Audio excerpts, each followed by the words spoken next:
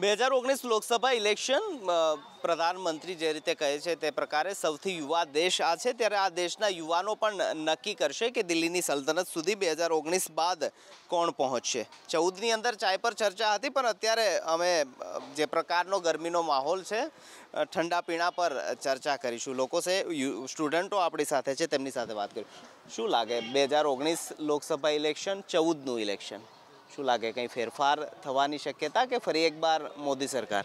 નહીં, મોદી સરકાર જ આવશે ડેફિનેટલી, કેમ કે જે સર્જિકલ સ્ટ્રાઇક છે, પછી આ પુલવામા અટેક છે, એ ડેફિનેટલી જે લોકો મેક ઇન ઇન્ડિયામાં માને છે એ ડેફિનેટલી મોદીને જ આપશે. જે લોકો ફાયદાનો એવું નાના મોટા ફાયદાનો વિચારતા એ રાહુલ ગાંધીને આપશે, પણ જે એજ્યુકેટેડ પીપલ છે એ તો ડેફિનેટલી મોદીને જ આપશે. પણ શું કારણ, મુખ્ય શું કારણ, યુવાનો શા કારણે આકર્ષાશે મોદી સરકાર પર કે ભાજપને શા કારણે વોટ આપે? એક તો મેકિંગ ઇન્ડિયા અને જે ઓપોર્ચ્યુનિટીઝ યુનિવર્સિટીમાં એમાં જે સ્ટડીના રિલેટેડ છે એના લીધે ફાયદો થયો છે યુવાનો? ફાયદો તો થયો છે ડેફિનેટલી. જે પ્રકારના કોંગ્રેસો આક્ષેપ કરે છે કે સૌથી વધુ બેરોજગારી આ વર્ષે સર્જાણી, આ 5 વર્ષની અંદર સૌથી વધુ બેરોજગાર યુવાનો બન્યા, એ ખાલી કોંગ્રેસના આક્ષેપ જ છે, બાકી કંઈ નથી. બાકી તો મેક ઇન ઇન્ડિયા બન્યું જ છે અને આપણે ઇવન ઇન્ટરનેશનલ લેવલે ઇન્ડિયાનું નામ બન્યું છે અત્યારે. પહેલાં આપણું રેન્કિંગ બહુ નીચે હતું, અત્યારે બહુ હાઈ છે. અત્યારે ઇન્ડિયાના આખા બધા દેશમાં ઓળખે છે. જ્યારે આપણે ઇન્ટરનેશનલ કોન્ફરન્સ હોય છે ત્યારે પણ મોદીને વચ્ચે ઊભો રાખે છે અને હવે ખબર પડી છે કે ઇન્ડિયા બી કંઈક કરી શકે છે. આપ શું કહો? હું મોદીમાં જ બિલીવ કરું છું એન્ડ આઈ થિંક કે 2019માં પણ મોદી સરકાર જ આવશે. શું મહિલાઓ લક્ષી કે જે આપની જેવા યુવાનો છે તેના માટે પ્રધાનમંત્રીએ કે ભાજપ સરકારે સારું કર્યું હોય તમને લાગતું હોય કે એના કારણે તમે વોટ આપશો?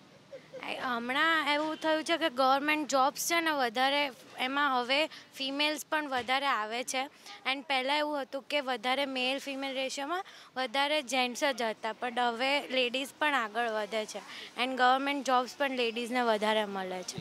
ફર્સ્ટ ટાઈમ વોટ કરશો કે આ પહેલાં પણ મત આપેલું છે આપે? અમે પહેલાં પણ આપેલું છે. શું લાગે ફરી એકવાર કોની સરકાર? અને ગુજરાતની 26 બેઠકો, 14માં તો 26 ભાજપ જીત્યું, આ વખતે શું લાગે? આ વખતે બી ડેફિનેટલી ભાજપ જ જીતશે અકોર્ડિંગ ટુ મી. શું કારણ? બસ આટલા બધા ચેન્જીસ જે લાસ્ટ 5 યર્સમાં થઈ રહ્યા છે એને જોઈને તો એમ જ લાગે છે કે આ વખતે પણ મોદી સરકાર જ આવશે.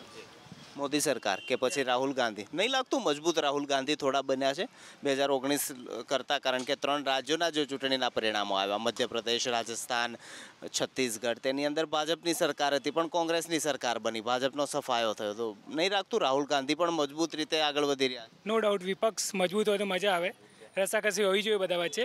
પણ આ વખતે જેમ આઈપીએલમાં જોયું કે રેડ આર્મી સ્ટ્રોંગ લાગે છે, એની જેમ જ મોદી આર્મી બી સ્ટ્રોંગ છે, એટલે ઓરેન્જ આર્મી એસઆરએચ છે. મોદી કેપ્ટન મજબૂત છે એટલે આખી ટીમ જીતશે એવું છે? हम मोदी सरकार ही बिलीव करते हैं, ऐसा नहीं बोलता भाजपा जीतेगी, मोदी सरकार जीतेगी, ऐसा ही बोलता है. ભાજપ ઉમેદવારને કોઈ પણ હોય પણ આપશો મોદીને મત? મોદી ડેફિનેટલી મોદી. તમે શું કહેવા માંગો? નહીં, મને કોંગ્રેસ વધારે બેટર લાગે છે, જ્યારથી તેનામાં હાર્દિક પટેલને તેનું પાટીદારનું થોડું. હાર્દિકના કારણે ફાયદો થશે? એ ડેફિનેટલી થયો જ છે, જ્યારથી કોંગ્રેસમાં જોડાયા છે ત્યારથી. કેટલી ગુજરાતમાં કોંગ્રેસની સીટો આવે એવું લાગે છે? 40નો રેશિયો રહેવાનો છે. એટલે મતલબ કે 7 કે 8 સીટો એવી હશે કે જેમાં કોંગ્રેસ ગુજરાતમાંથી 7 કે 8 સીટો 26માંથી જીતશે? હા, એ પાકું છે. શું કારણ કે કોંગ્રેસ મજબૂત ગુજરાતમાં પણ બનશે? હા, એ છે જ. અમુક જે ગામડા વિસ્તારમાં છે, સિટીમાં જ અત્યારે ભાજપનું થોડુંક બોલબાલા છે, બાકી કોંગ્રેસ ગામડા સાઈડ તો ફરી જ ગયું છે. તો પણ એ સામે સ્થિતિ એ છે કે કોંગ્રેસ શહેરોની અંદર નબળી છે, એવું નહીં લાગતું? હા, પણ એ હવે થોડુંક ઇમ્પ્રુવમેન્ટ આવવાની તૈયારી છે. એના કારણે ગ્રામીણ વિસ્તારો છે તે કોંગ્રેસને મત આપે. હા હા, અલગ અલગ પ્રકારના જે મતો છે તે આ યુવાનો રજૂ કરી રહ્યા છે. ખાસ આજ એ યુવાનો છે કે જે કેન્દ્રની અંદર 2019 ઇલેક્શનની અંદર સત્તા પર કોણ બિરાજમાન થશે તે નક્કી કરશે. યુવા દેશની વાત થતી હોય તો આ પ્રકારનો યુવાનોનો મત છે. અલગ અલગ પ્રકારનો વ્યૂ છે. કોંગ્રેસ મજબૂત પણ થઈ રહી છે, ગુજરાતની અંદર પણ સ્થિતિ સારી છે. સાથે એ પણ કહી રહ્યા છે કે ઉમેદવાર નહીં પણ મોદીને ધ્યાનમાં રાખી ભાજપને મત આપવામાં આવશે. આખરે તો જ્યારે ઇલેક્શન બાદ રિઝલ્ટ ડિક્લેર થશે ત્યારે જ નક્કી થશે કે કોણ દિલ્હી સુધી પહોંચે છે. પણ અલગ અલગ પ્રકારના જે વ્યૂ, અલગ અલગ પ્રકારના જે મંતવ્યો લોકોના સામે આવી રહ્યા છે. કેમેરામેન યુવરાજ લીલા સાથે નિકુંજ જાની, એબીપી અસ્મિતા, અમદાવાદ.